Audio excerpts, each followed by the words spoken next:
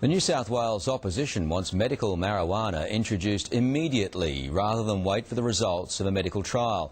The government plans to change the legislation to give police discretion about charging medical users, but some MPs want the law changed now to stop pain and suffering. Caitlin Lambert's dad, Michael, is a self-confessed drug criminal. He supplies his ill daughter with medical marijuana in a bid to keep her alive.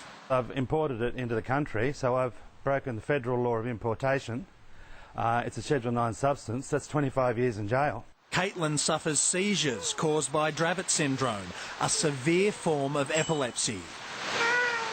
The government plans to trial the controversial medicine and eventually allow treatment of the critically ill. But the opposition says it can't wait. We don't need to wait any longer. The Premier and the opposition leader can come together to drive reform now to relieve the terrible pain and suffering. He's proposing scrapping or speeding up the trials and new laws to shield families like the Lamberts from prosecution. This can't be discussed in Parliament until after the election in March, but it now appears that no matter who's in charge then, there'll be no political arguments slowing medical marijuana down. The medical community, soon to include these pharmacy students, will need to be on board.